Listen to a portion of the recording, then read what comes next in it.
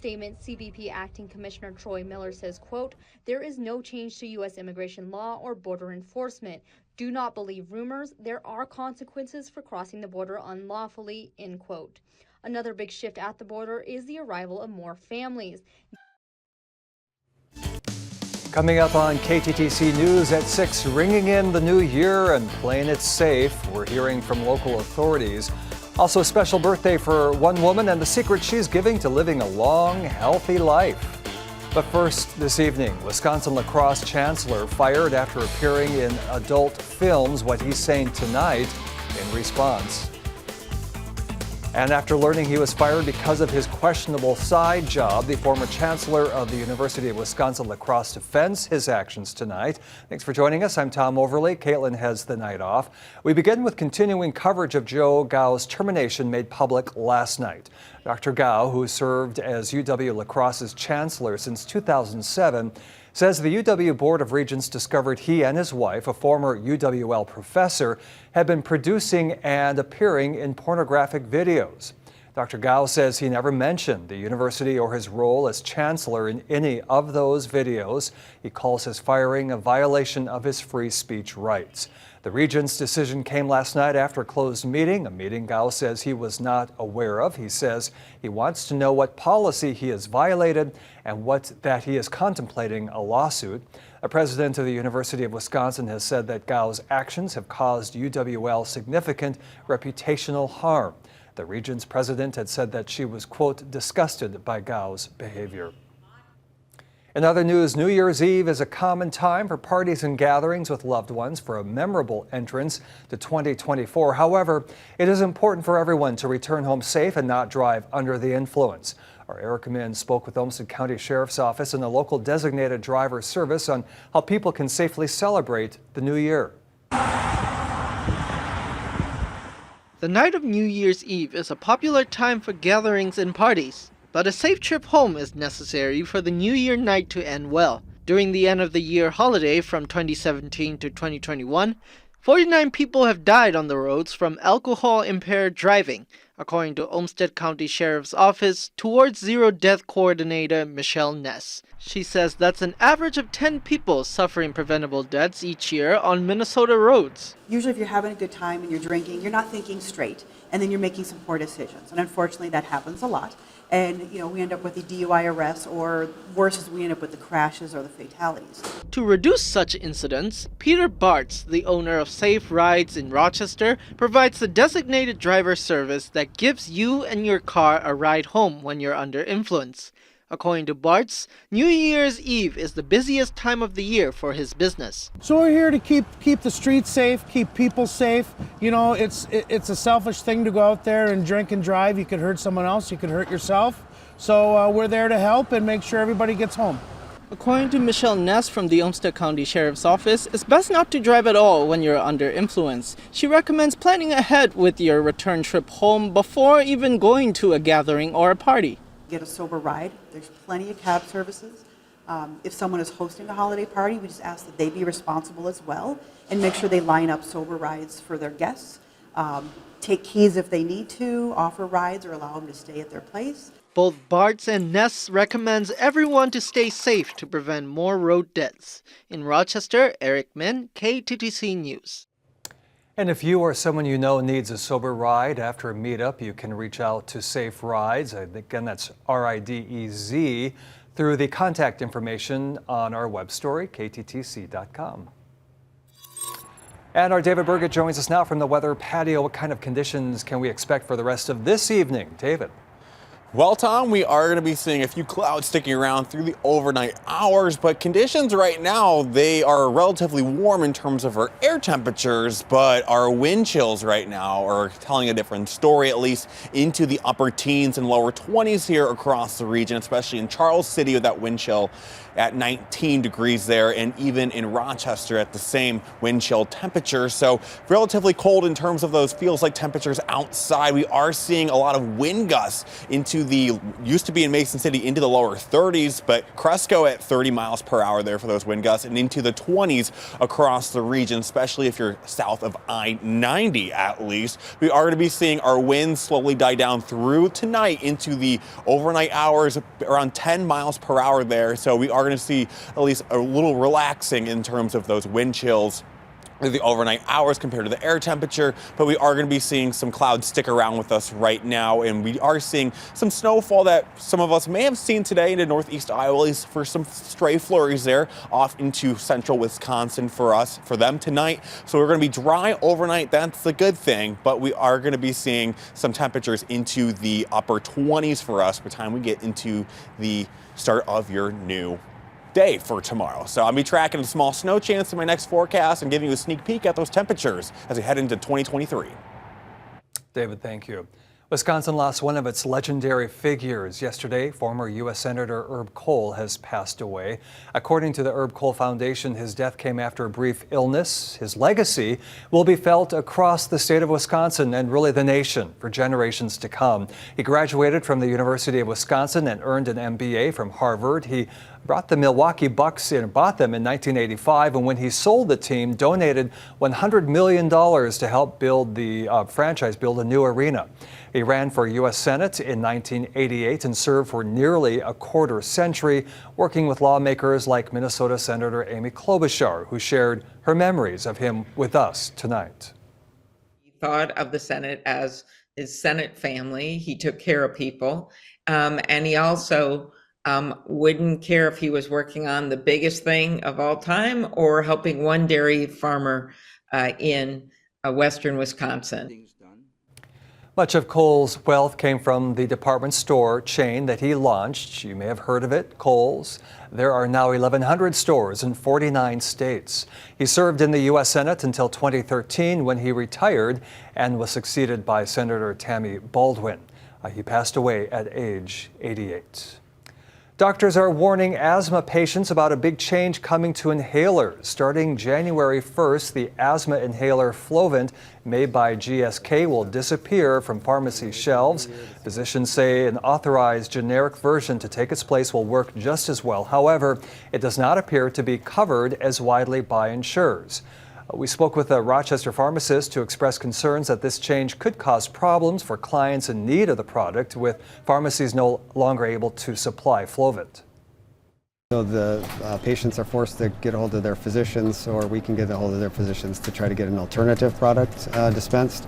And so it's just influencing their therapy. And some people are going without medication because they can't get the thing switched, or they can't get an alternative prescribed, and so it could be negatively impacting some people's health. And doctors are urging patients to take action now to get new prescriptions if needed and sort out coverage issues, especially since it is respiratory virus season. Industry insiders say GSK is discontinuing Flovent due to Medicaid rebate changes that would force the company to pay large penalties for hiking prices. Well, Rochester hardware store is closing its doors. It's looking to sell the rest of its products as well. Aero Hardware and Paint announced last Monday that it's closing on Saturday, December 30th. The store is selling many of its products right now for as low as 50% off. The store has been open for more than 20 years, but the owner says he wants to retire. Both the north and south locations of business are closing and will be purchased by another hardware store brand here in Rochester. It's been, we've been moving through stuff pretty quickly. We're looking. We believe that the Ace Hardware over by Barlow Plaza, Berghoff Ace Hardware will probably be overtaking this location and the south location. And we also talked with that manager, Eric Heiser, who did confirm the store will be replacing the north and south locations for Aero Hardware and Paint. To Austin now, where flapper dresses and pinstripe suits are welcome for an upcoming event. The Hormel Historic Home is hosting a New Year party called the Roaring 20s. It's Saturday, January 6th from 7 to 11 p.m. Tickets are required for the fundraising event featuring music, dancing, and hors d'oeuvres. The Hormel Historic Home is a nonprofit group.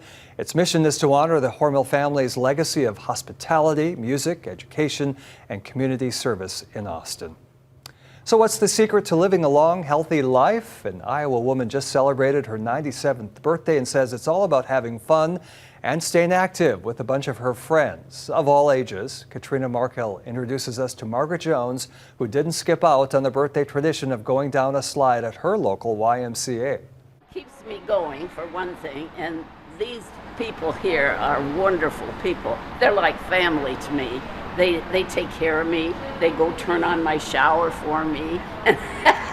They say I'm an example, you know, to look forward to for when they get old. They're all young, you know. Jones is a retired school teacher, grew up in Sioux City, taught in Arizona, and moved back to Iowa about 15 years ago. Her classmates at the Y were an important part of her most recent birthday celebration last month. Oh, it means a lot. It means a lot. You couldn't do it without them. That's it. They're like family. Jones, born the same year as Queen Elizabeth, celebrated her birthday with a class tradition, going down the slide, and lunch with her fellow swimmers at a Mexican restaurant. This class on Monday, sometimes we call Splash and Gab, because they have the most fun of all. That's Mills County Y Executive Director Diana Burchett. My career at the Y, I've seen from people come in with walkers, and after about maybe 6 months, they don't have that walker anymore. I've seen people come in with a severe case of loneliness and depression, and it turns them all the way around. After almost a decade of going to the Y, friends say Margaret's an inspiration, part of a sisterhood. You know, when you see people with wet hair in a bathing suit, there's nothing else to hide. Well, the Centers for Disease Control and Prevention recommends adults 65 and older to get 150 minutes of moderate intensity exercise each week. For example, swimming or walking 30 minutes a day for 5 days a week. They also recommend exercises that strengthen the muscles and improve balance. And from all of us at KTTC, of course, we wish Margaret a happy, happy birthday. With the new year comes a renewed push to focus on your finances. Some tips on building the right budget that's coming up in tonight's Watching Your Wallet. And we are tracking a little bit of a warming trend as we head into 2024. I'll be breaking that down for you, but here's a look at today's video shot by our photographer Chuck Sibley. We are seeing a lot of overcast skies. I'll let you know if we're going to be sticking around with those overcast skies and any snow chances coming up.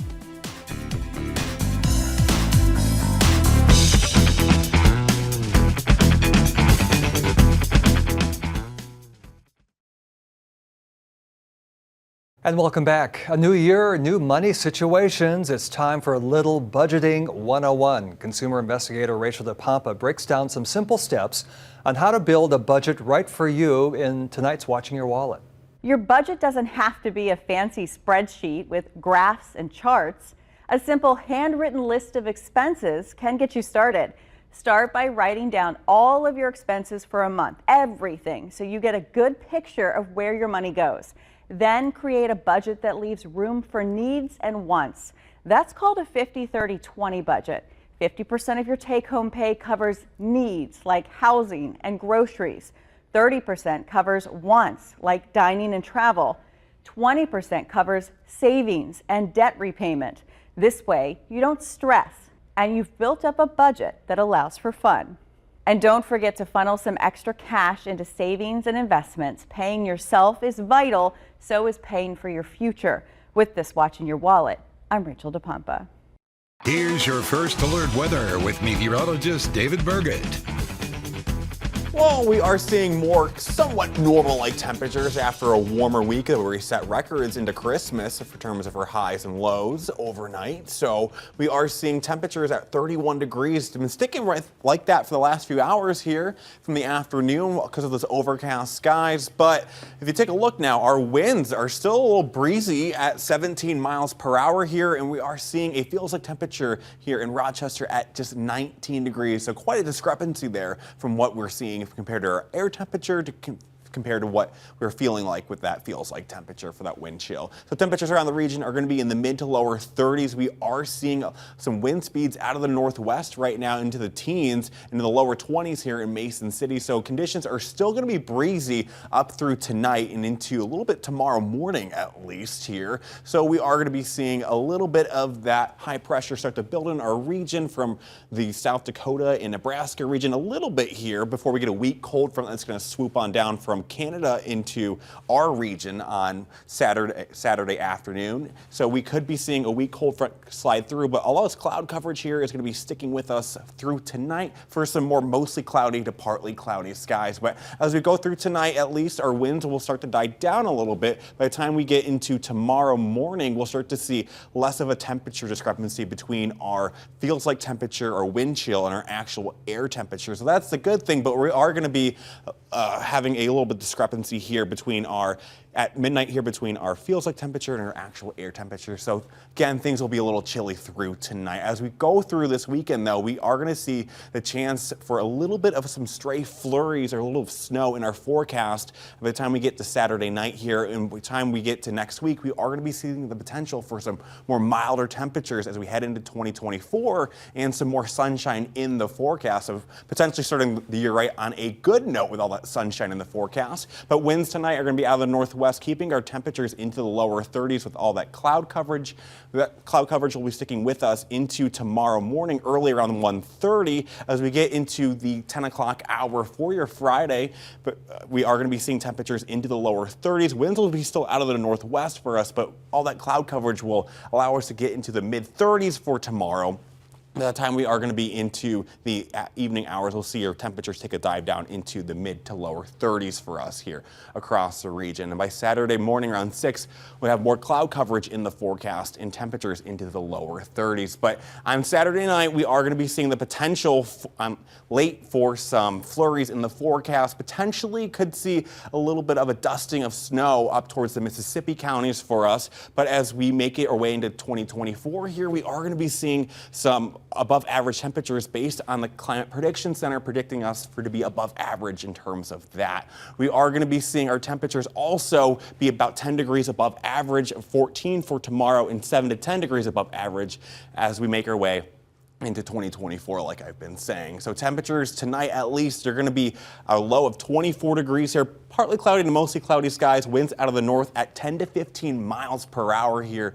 And for tomorrow, we are going to see less cloud coverage and more sunshine and above average temperatures around 14 to 15 degrees. So lots more sunshine in the forecast tomorrow and through this week as we make our way into 2024. So, Julian? Coming up here next in sports, the Kiwanis Hockey Festival rolls on. All the highlights from day 2 of the action as La Crescent faces Austin in the blue division and Mayo takes on Egan in gold. 2 great games. Those highlights after the break.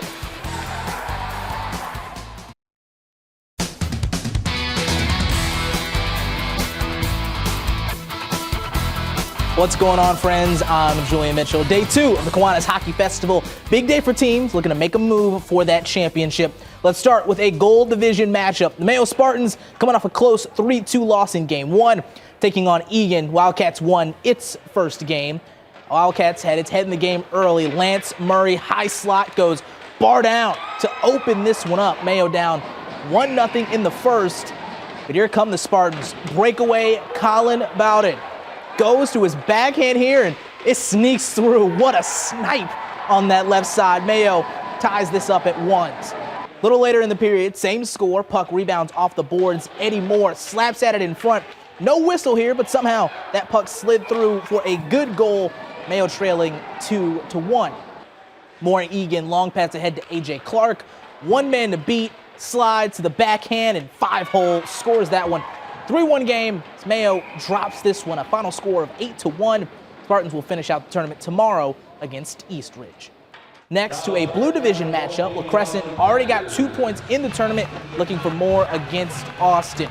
First period, my friends, here is the state's leader in goals and points, reigning athlete of the week, Wyatt Farrell. Solo dolo, buries this top corner. Something light for him there. La Crescent up 1-0. Still in the period, this one at Michael Sorchka, centering pass for Alex Von Arx, and he'll light the lamp. La Crescent with a 2-goal lead. It's the most dangerous lead in hockey, unless you can add another. Colton Holzer skates to this spot, and that's a bar-down beauty to make it a 3-goal game. La Crescent rolls on to win 8-1. Lansing will face Lord in the finale tomorrow. Lastly, 2 games going on right now at Graham. A gold matchup here. Century John Marshall leads Fargo South Shanley 2-1 in the second. No update yet from Laverne and Albert Lee. That is your Look at Sports. We'll be back after this.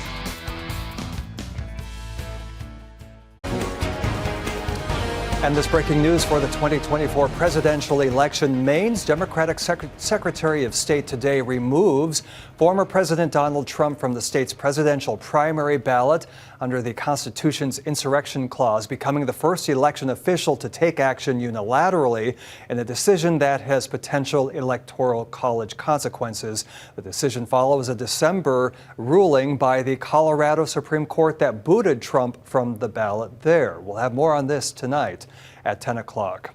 Okay, so today is a big day for one person here at KTTC and a very sad day for the rest of us here and for you at home. That's because it is the last day at KTTC for our friend and colleague Julian Mitchell. Julian began his journey at KTTC December of 2020. It seems like yesterday, Julian, and has done incredible work with our sports department. I mean, really great work.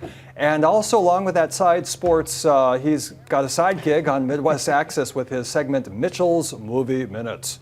Julian will take his many talents all the way to Birmingham, Alabama in 2024 to continue his sports reporting. And Julian, from all of us here at KTTC, of course, we want to thank you for your hard work. We are excited for this next chapter in life. And also a note from our producer, she says, Julian, don't worry, I will still forget my coat every single night at the end of my shift, even after you have left. So I'm assuming you're like, hey, Leah, your coat, you left it. Always forgets the coat. Does remember to wear the Bluey sweatshirt every day. There you go. It's a fantastic staple in the newsroom. So Birmingham, Alabama, you're going to be starting there in February? Yeah, I have more details and an announcement coming soon there, but really exciting. A very sad day, though. I'm going to miss this place so much. We are going to miss you as well. I love being here these last 3 years. Well, thank you for your service to this community and your friendship to all of us here at KTTC as well. He'll be back here at 10 o'clock. We'll chat a little bit more after that. But meantime, thank you for joining us tonight at 6. And